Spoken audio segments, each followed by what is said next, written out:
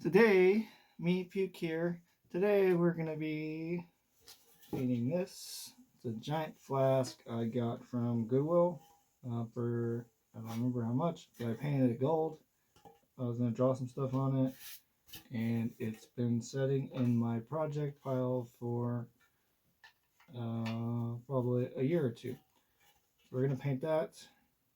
It's all beat up and has fingerprints on it, but I'm still going to paint it and try to sell it. And then, as I'm doing that, I'm going to tell the story how I got drunk for the first time at 12 years old, I would say, while I was homeless in the park. A homeless guy.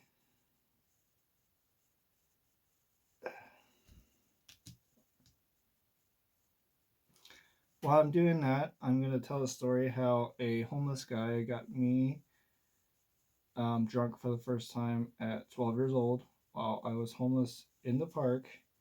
And then a gun runner ended up beating up the homeless guy for some sketchy stuff he tried doing with my brother in the bathroom at the park while my whole family was homeless in the park. And it is 3:40 in the morning, so bear with me, and I might have to do a voiceover here soon because I don't want to wake my family up that's sleeping. But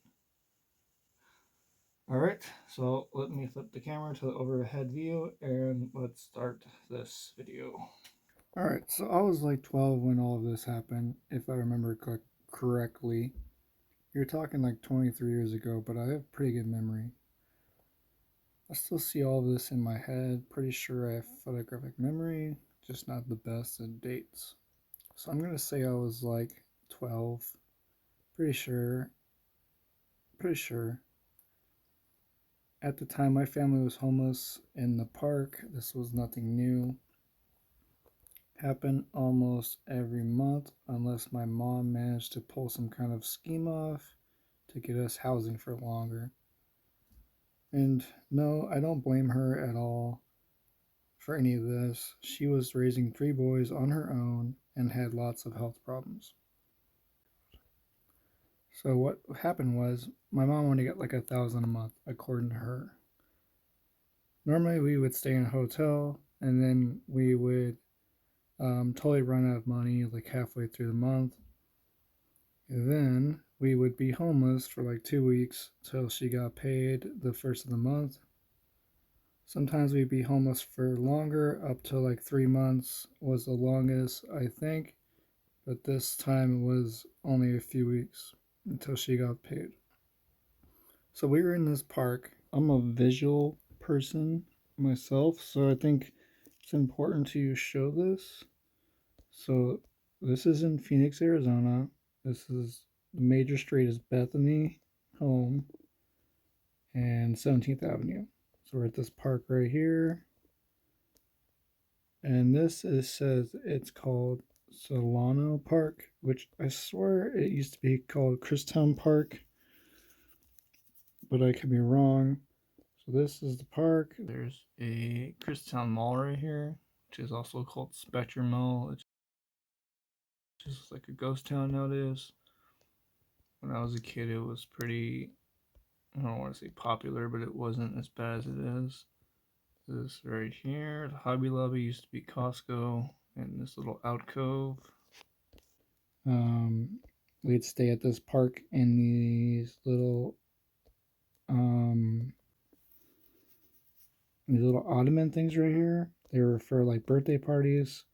And then there was a YMCA right here that we used to go and shower and stuff at.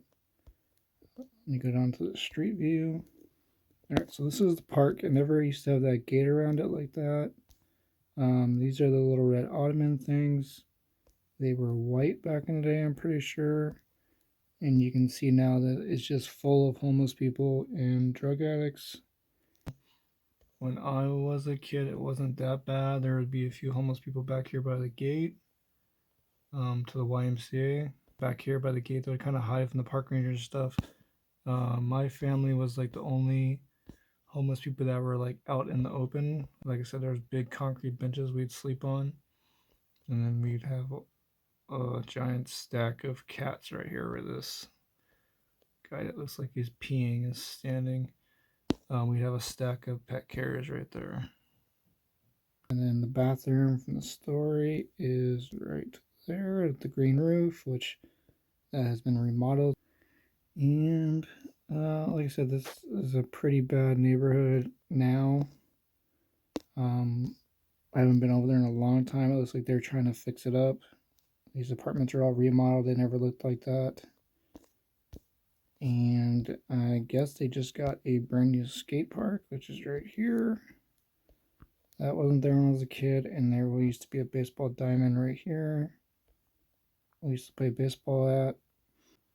So yeah, this is the setup right here. This is where we were. Good times. So this story evolves around four main characters. Me, my older brother. He's older by 4 years. This guy T-Bone, that looks just like this guy from The Predator. A little less buff and more street looking. And this guy JJ. Pretty much he was a fat native guy, and the fat part is important to the story. So I don't exactly remember how they came to hang around us, but a homeless family in the park with a bunch of cats and cat carriers kind of stuck out a little more back then than it would nowadays, I would imagine. So random people would come. So random people would come by and see what was up with us a lot, and the park ranger would always come give us shit. But I remember T-Bone saying, "You guys ain't that safe here." It was in the hood, and it was a mom with three boys that were all under 18. So he would hang around and kind of watch our back, and seemed like he kind of ran shit in the neighborhood. Back to that point later. So and JJ, I have no clue how he got there. He hung around my brother more than me. He was probably like in his 20s, I would say. I was 12, so my brother was around 16. Um, yeah. So let's get to the main story here. So one day, me, my brother, and JJ walked up to the Walgreens, which was a few miles away. Greens is gonna be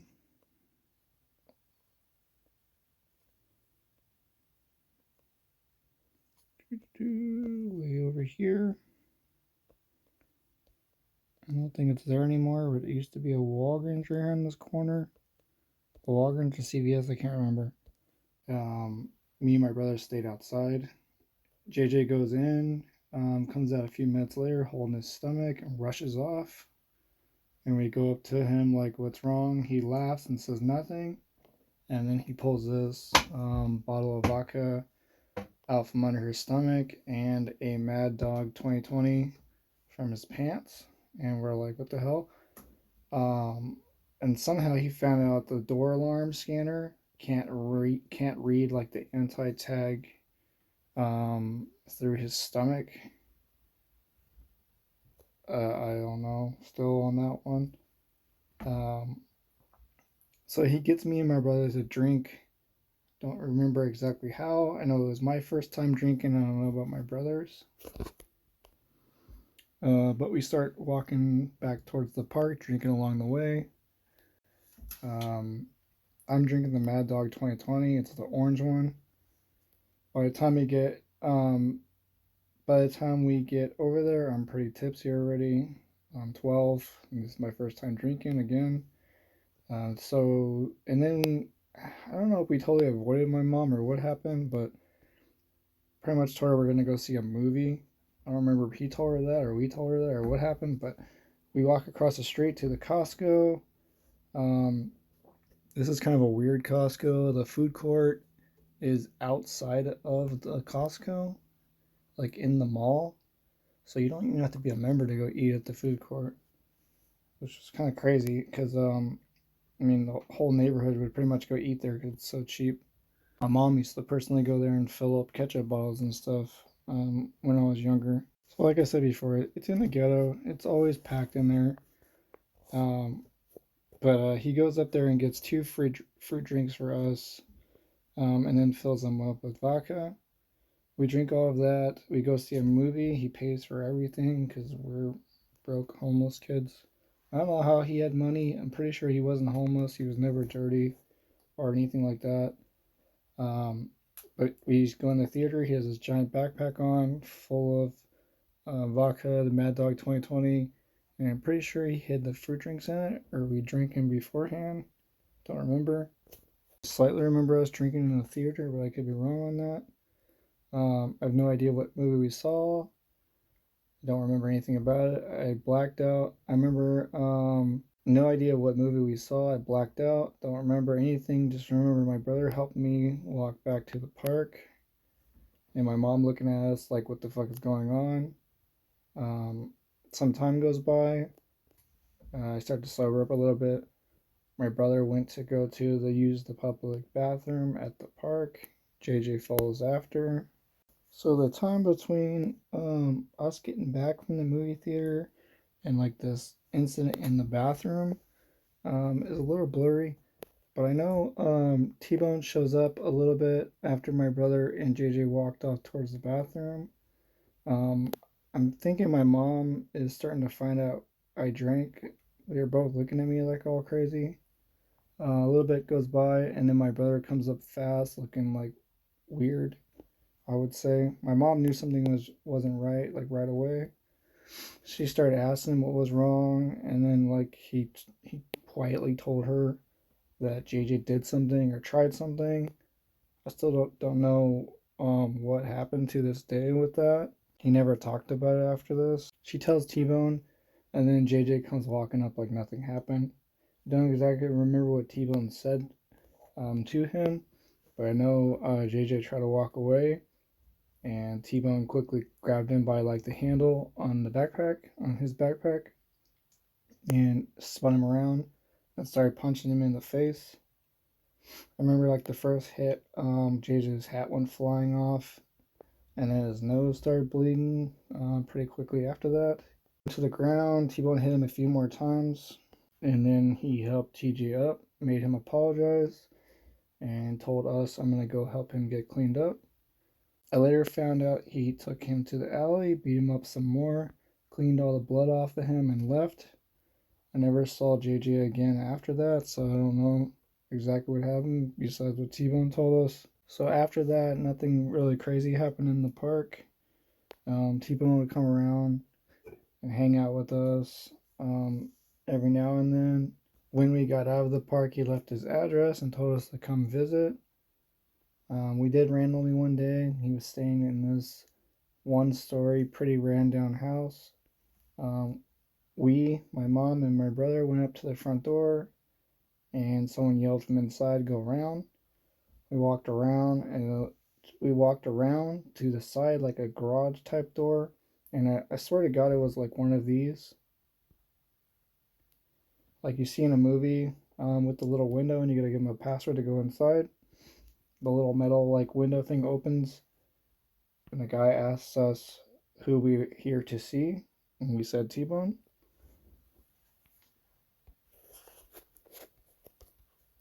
T-Bone came a few minutes later, and you hear all the locks disengaging. He let us in, and it looked like your typical like crackhead house. Random stolen shit everywhere. Car parts, half of car engines in the garage. The front door is totally blocked by wood, like they were waiting for a zombie apocalypse to come. We go towards his room, and two of the rooms in the hallway had their doors open, and there was literally guns everywhere. The bed was full of guns, all kinds of different guns. One of the guys messing with them was like, "What the fuck? Why do you let these kids in here?" And T-Bone tells him, "We're good people and shut the fuck up because it's his house." But then he ends up taking us back outside pretty fast after showing us his room. We stood outside, he talked with my mom for a few, and we left. I never saw him again after that. I wonder what happened to him. After everything, he was a good guy in his own way, and he sure protected my family. My mom later told me he was some gun runner slash dealer in that area, and that's why nobody would mess with us in the park. That's pretty much the end of that story. If you got this far, comment trombone. I started this video at 3:30 a.m. and it is 9:40, so it's taken a while to record this and write down the story and everything from my memory and then read it out, and not to mention painting.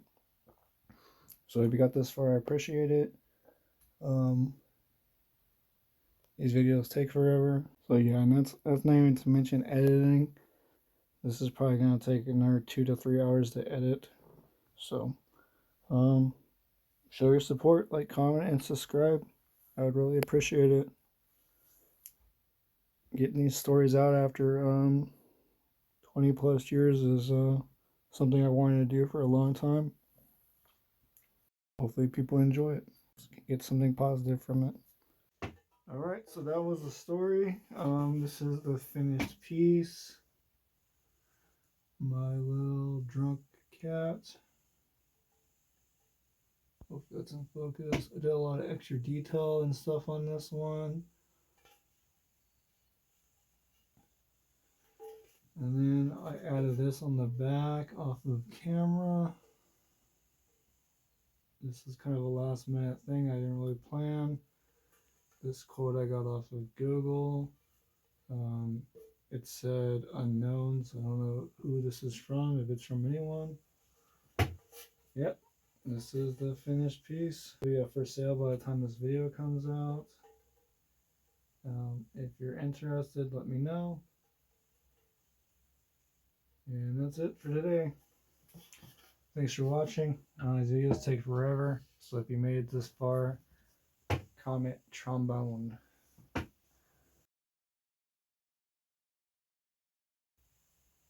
Bye.